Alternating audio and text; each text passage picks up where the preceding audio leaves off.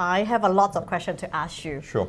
Like, like I remember back in the days, it was the height of Pirata Group expanding, and then you left, and then you want to try some other things, and then I remember like you were in Hong Kong for like at 90s, and then how many careers have you tried before you found Pirata?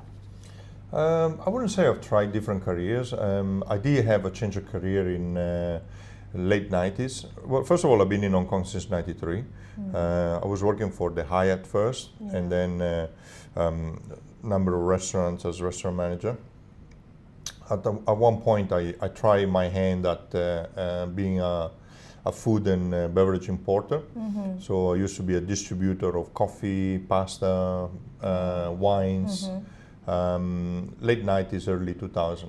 And I was actually doing all right. I was doing it for 3 years, and the business was doing okay. Unfortunately, 9/11 happened, and right after 9/11, the business travel completely dried up in Hong Kong.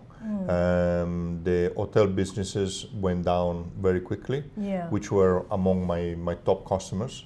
So, you know, from one day to the next, I just didn't have enough clients anymore for my pasta and wine business. Oh, wow. So I wind it down, I closed it down, and then I went back in the restaurant business. And I've been in restaurant business ever since. So I wouldn't say I changed career. I changed career maybe only once for about 3 years, and then I came back to the restaurant business. Oh, okay. I didn't know, because I remember there was a brief like moment you were into boxing. Oh, but I've always done it. Boxing and Muay Thai, I've done it. Good memory. Yes, I've done it for on and off for about 20 years. Wow. There was a period I was very serious about it. I was training twice a day.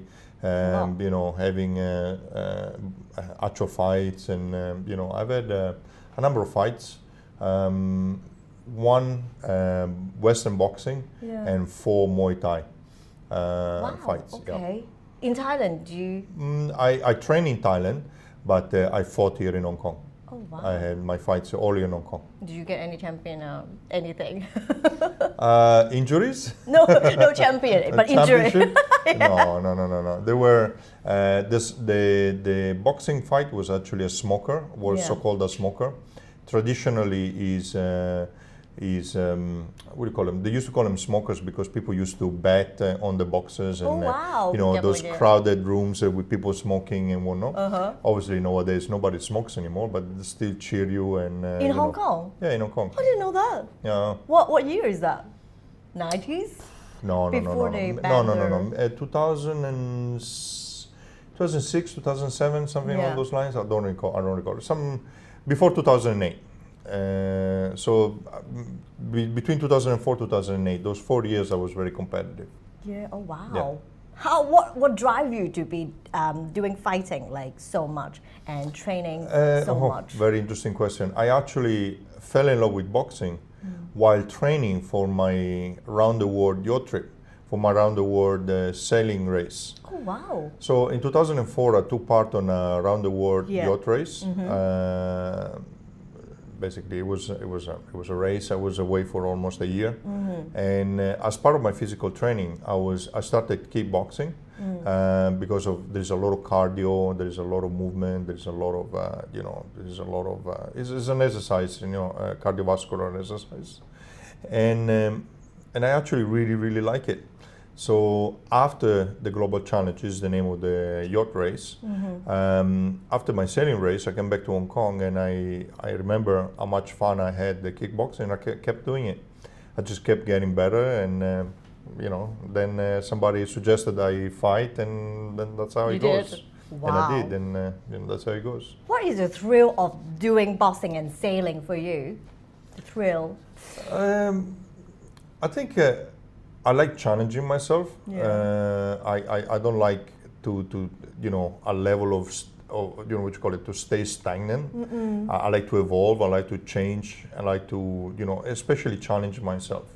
And sailing, I never done sailing before. I signed up for a round the world yacht race, so it was a kind of very strange for someone who's never sailed before to actually start from the very, you know, pinnacle of a sailing career, so to speak, you know. And but I felt like I needed a big challenge, and I really pushed myself very hard to achieve what I achieved in that particular race. I'm really interested that sailing thing. Like, I'm sorry? I'm really interested in your sailing thing. Yeah. Like, were you on the boat by yourself or? No, I was part of a crew. We were 18 on board. Oh wow. We were 16 who did the whole race, Yeah. and 2 leggers. So basically, 2 people that would change every leg for every leg. But 16, which I was one of them. You know, we did all the way around the world. So we started off from UK, Argentina, New Zealand, Australia, South Africa, USA, France, England. That's a lot to see. It's a lot. How long is the journey? Start to finish, it was 10 months. Wow. But obviously stopovers. We did stopovers. Some of the stopovers were quite long. Like for example, the New Zealand stopover was almost a month long because the boats had to come out of the water, had to be truly checked to make sure that they were still viable, they were still sound. So we had the stopovers were quite long, but in the water, maybe about 3.5 months. Did you experience any storm? I'm just thinking of Titanic. Storms? Many storms. Oh, wow. You think of icebergs? Yes, we had a lot of icebergs, especially in the Southern Ocean, because we had to be really careful. We had radars, we had a whole contingency plan in case we hit a iceberg. Yeah. But unfortunately, there are a lot of what so-called growlers. Growlers are basically icebergs that they don't stick out of the water. They're just below the surface. Oh, wow, very dangerous. And those are very dangerous because you can't see them until you hit them. Yeah. So those are very dangerous. Was it like a calm sea or? Oh yeah, I all sort. You know, many storms and many calm sea, many sunset, many starry nights, and many very windy, very a lot of rain, snow, ice, all of it.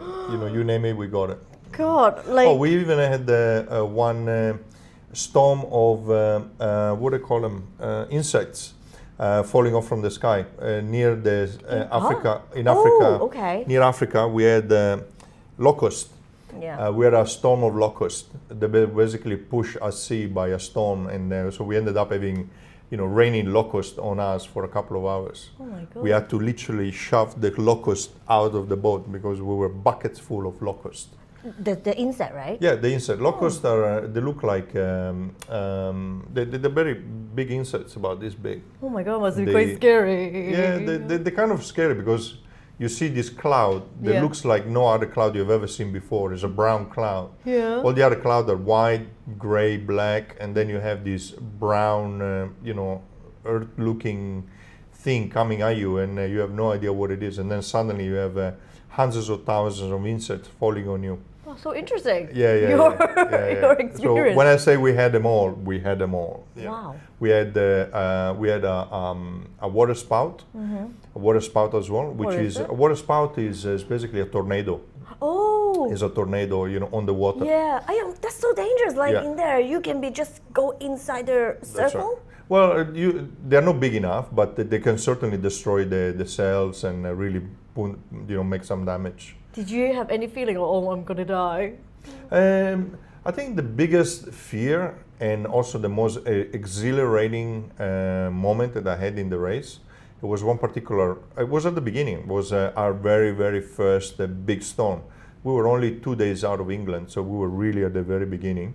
We were in the Bay of Biscay, which is a bay very close to Portugal. So we are coming down the coast, before we turn towards Brazil. And we were off the coast of Portugal. We were hit by a massive storm, and we had about 60 knots of winds, which is a lot. Which is like Typhoon 10 kind of winds, very very strong winds.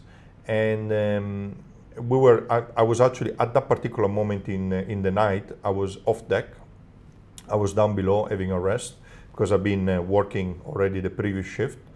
And the storm started really going up in intensity, and the crew on deck, up and down in the crew on deck was really struggling. So they called all hands on deck. So when you hear that in the middle of the night, it's very scary because it means that the crew on deck is having trouble.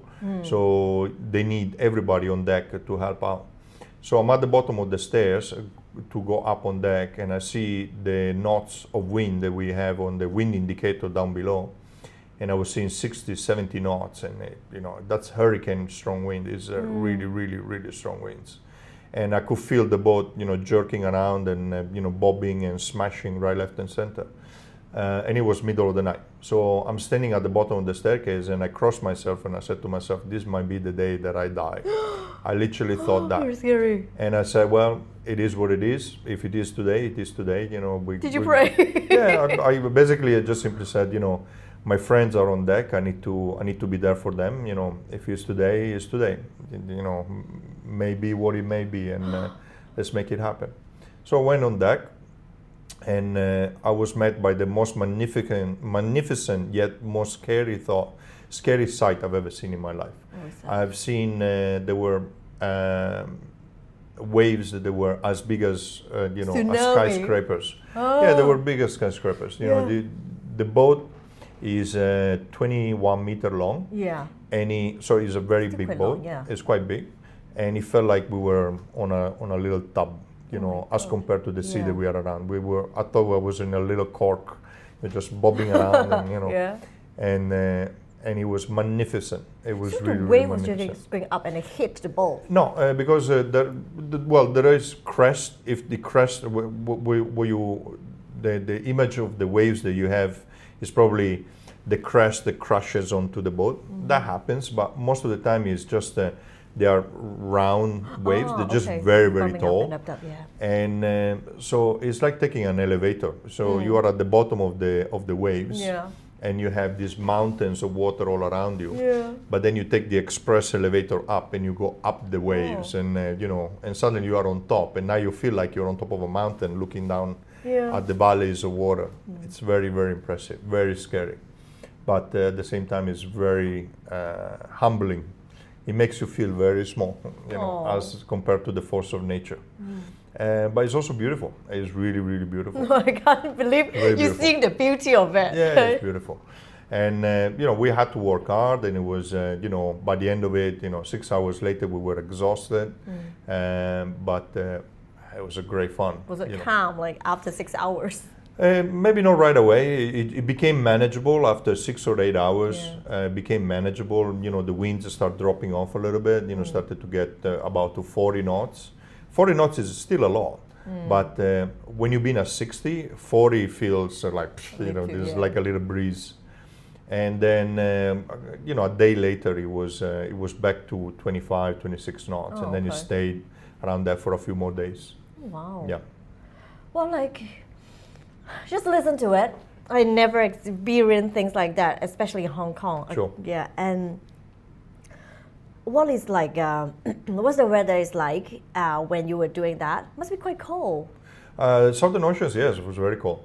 Southern Oceans, we had ice on deck. And it was, we were about 40, 50 degrees south. Any further south than that, start hitting Antarctica. So we were really, really south. We also double Cape Horn.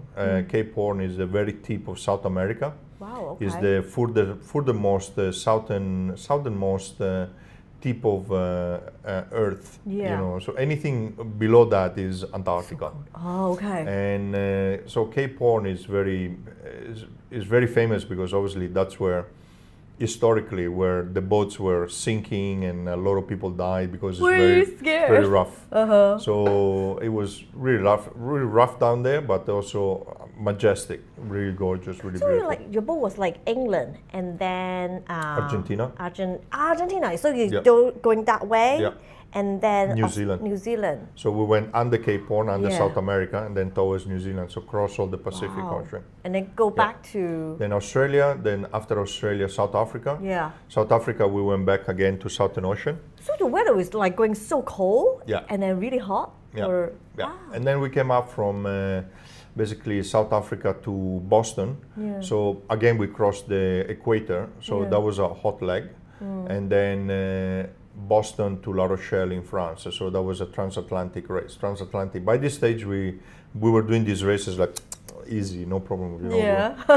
We were only 1 week at sea. It felt like an holiday.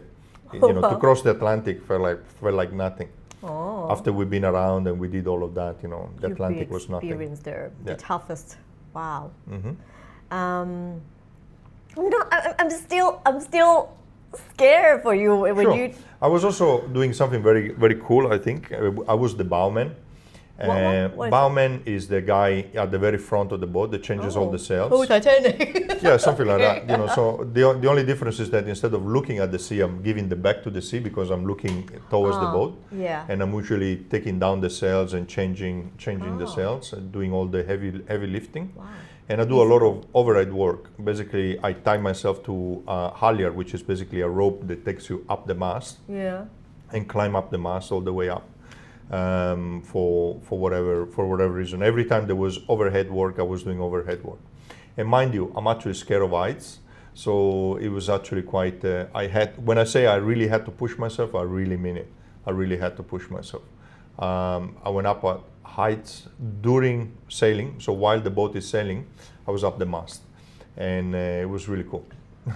I don't know, but I just listen to it. I just feel scared. I don't know, like how. Why? Yeah. Where does that balls come from that you're doing all these scary shit? I think I don't know. There is something inside of me. There is a bit of an adventurous spirit inside of me, which is part of the reason why I guess I'm in Hong Kong. I end up in Hong Kong, which is part of the reason why I decided to start a business out of nothing, which is the reason why I did sailing around the world. Which one day I also decided. I said, I want to pick a fight, and see, You can do it, I'm sure. Yeah, what it feels like standing in front of another man who wants to beat me and see how it goes, So I like to challenge myself, It's, you do. Yeah. And okay, did you take 1 year off to do sailing? Yes. Like, I is did. it after you in Hong Kong? And Yes, I was in Hong Kong. I was working in Babena at the time. I was working in a restaurant. And I told my bosses when I took the job, the race was another 2 years away. Yeah. So I basically told them, look, I'll be doing this next year. Sorry, it was 1 year away. So I told them, my bosses, I said, I'm taking this job. Thank you for the offer. But just so you know, in a year time, I will be doing this race. So unusual. And I was actually very surprised. I was really scared because I wanted to be very honest. I didn't want to just, take advantage of my bosses. But at the same time, I also was scared because I thought maybe they don't like it. Maybe they say, you know what, forget about it. Maybe there is no job for you. And I needed to work. I needed the money. I needed to eat. I didn't have anything. And with my surprise, they not only they said it's okay, but also they actually said to me after the race, contact us again. We might have a job for you. And so that was such a relief because then and now I could work and prepare and train for the global challenge without having to worry about anything. And so after the race, I went back to work for them. So I was Vabene, and the restaurant was called Vabene. And when I came back, I went to the Vabene Group. Okay, Vabene. No, Vabene was it was in Lan Kwai Fong. It was top on Lan Kwai Fong. Ah, okay, yeah, I know. Yeah, and it's now the Gaia Group. At the time, was only called Vabene. So thank you again, for your kindness, Benjamin. Really to this day much appreciated. You're so thrilled, like the things, the experience, the path that you have chosen. I was like, I always want to ask, but I just don't have the chance to ask you because I saw the interview that you did, like, oh, how did you start the Pirata? Why did you name? What is your motto and stuff? But I want to know more because I know you're very passionate of what you're doing. You chose something really different, like. The most impressive thing is like the boxing, you fight really hard, that's what I know. And sailing part, I didn't know, which is taking nearly a year of time. Sure. And so rough, and the environment is so cold. How do you adjust yourself? And so much physical. Yeah, very physical, but more than physical, it was mental. And what a lot of people focus is on the sailing part, which is obviously the most fun, is the most obvious, is the sailing part. But what people don't realize is that it took me 3 years of preparation to get there. Oh, 3 years. So it was a very intense preparation. I signed up, like I said, in 2000 before I ever sailed, and the money that it was going to cost me to do this, plus taking 1 year off without work, I had to save up a lot of money, and that was the time, as you remember, that I was closing my business that wasn't working. Oh my God. Right. So I had no money, I had no job, and I had this big dream that it was going to cost me a ton of money. And and Hong Kong at the time was undergoing a bit of a crisis. It was 2000 between 2001 to 2004. Ah, okay. So those 3 years, I worked super hard. Yeah. Apart from actually working a day job in a restaurant, I was doing translations work at night. So I would Italian. I would translate English to Italian. Yeah. What you call it? Microwave ovens instruction manual. Oh, really? I kid you not. Microwave ovens and So kitchen teapots, electronic teapots, wow. instructions. So a company in China would send me the instruction manual in English, and I would translate them in Italian, and I would get paid for it. So That's very good. I forget how much it was, but I think it was like a couple of Hong Kong dollar per word, something like that. So, You really? I can tell you how to work any microwave right now. I'm an expert in microwave I'm sure ovens. you are. Yes. Like you maximize your knowledge, skill, and make a living, and then fulfill your dream, which I really admire. I wish I have the balls to do something like you. Like I like podcasts. I like before I like to write. I like to do presenting, like presenter and stuff. But back in the days, I don't have the confidence. I don't have the balls to do it. But I was just like thinking of one of the time like Christian. But you took the first step, right? Yeah, that's mini step that you. I think that's the thing. There is really 3 phases, in my opinion. About this kind of things. The dream part. Yeah, concept. Yeah. The getting start part, doing the first step, actually started to believe that maybe it's not just a dream. Maybe I can do something about it. This is quite hard to execute, like the first step thing. Yeah, it's a lot harder than people think. And 3 is actually sticking with it to the very end. So I think a lot of people stop at the dreaming part. They're like, I would like to be a millionaire. I would like to get married. I would like to have kids. I would like to do this. I would like to do that. I would like to move countries. I would like to start a company. But then it ends. It just stays a dream, and they don't do anything to fulfill it. Yeah. So then there is the second part, which is actually getting started and doing something about it, like your podcast. One day you went and bought your equipment. I hope. Yeah, you bought your equipment and you got your first person, and you says, "Let's sit down, let's have a chat." Yeah. So and it takes courage. It takes. It takes. You need to put yourself out there, and it is not easy. And the third, which is also somewhere where a lot of people fail along the way, when things get hard, then people give up. So that's another thing, that many times, before I actually go to the race, many times I thought, maybe it's too hard. Many times I tell you, 3 a.m. when I couldn't keep myself awake and I didn't have any more money and I wasn't making anything, and you're all alone and with your dreams, and you tell yourself, and you see this mountain to climb, and you're like, I'll never get there. I'll never manage to get there. How did you accept? How do I take it? Yeah. I tell you, very easy. I've learned these by trekking, fun enough, by mountaineering. Okay. And when there is a real mountain, I climb mountains in Nepal. And when it was really, really hard, it's the same way. You look at the mountain, you're like, I'll never get there. I'm already tired. I'm mountain sick. I'm hungry. My feet hurt. Everything hurts. But all you gotta remember is one more step. That's all I always ask myself. One more step, Christian. One more step, and one more after that. And then come on, one more step. And then before you know it, you know, you're already 10 steps away. I say, okay, Christian, now 10 more steps. Come on, let's go. Wow. And then, okay, I'm gonna get to that hill. I'm gonna get to the top of that little mountain, and I'll be fine. Then I get to the top of the. Okay, now let's go a little further. One more step, Christian. One more step. That's how you do it. Wow. So.